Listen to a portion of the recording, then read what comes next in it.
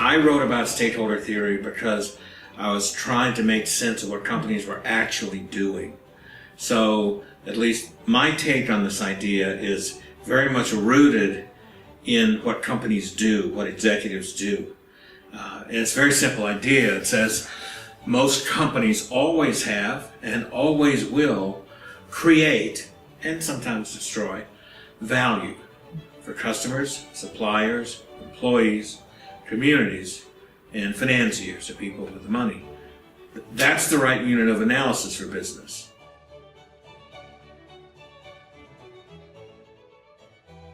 And what great businesses do is they figure out how to turn those conflicting demands into cooperation, how to figure out how to get customers and suppliers and employees and communities and people with money, their interests harmonized, so they're going in the same direction. Their interests are different, but they have to be in harmony. Harmony is a musical idea that says the notes are different, but they sound good together. So especially in complex moments and complicated times, companies need to think about, what's our purpose? Why are we here? What are we trying to do? And how are we creating value for those groups we can affect? If you understand the underlying business model as just about profits and money, then you might need that idea of CSR. I don't understand that. I think the underlying business model is very different. The underlying business model is about purpose. It's about who your stakeholders are and what you're trying to do for them. And if you do that right, you have a purpose, you treat your stakeholders well, you create value for them, they create value for you, you don't really need corporate social responsibility.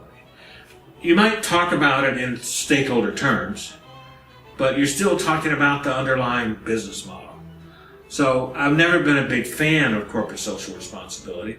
You know, it's a little bit like the story of gangsters who are bad during the week. They do bad things, but they go to church on Sunday, so they're okay. All right? And that's kind of one way to understand CSR. Profits aren't the best measure, as they are in the old story. In the new story, the best measure is employee engagement. And profits are important. But to say profits are the purpose of a business would be like saying breathing oxygen is the purpose of life. I must breathe oxygen to live, but it doesn't follow that breathing is the purpose of life. Businesses must have profits to live, but it doesn't follow that making profits is the purpose of a business. People will do things, sometimes they need to do things whether they're profitable or not. If you're going to start a business to make as much money as you can, you'd be better off getting a job. The thing you have the most control over is your own attitude, and seeing that as, positive, finding some things to work on, and eventually the universe tends to cooperate with that. And so I'm a believer in, if you can change your own attitude, your own life, things will start to get better. Oh yeah, there are a lot of business schools that are pretty much mired in the old narrative. I think they're the hardest to change. Inspiring students means you educate them and you give them the courage and the self-confidence to do things that they didn't know they could do. You have to be willing to engage their whole humanity.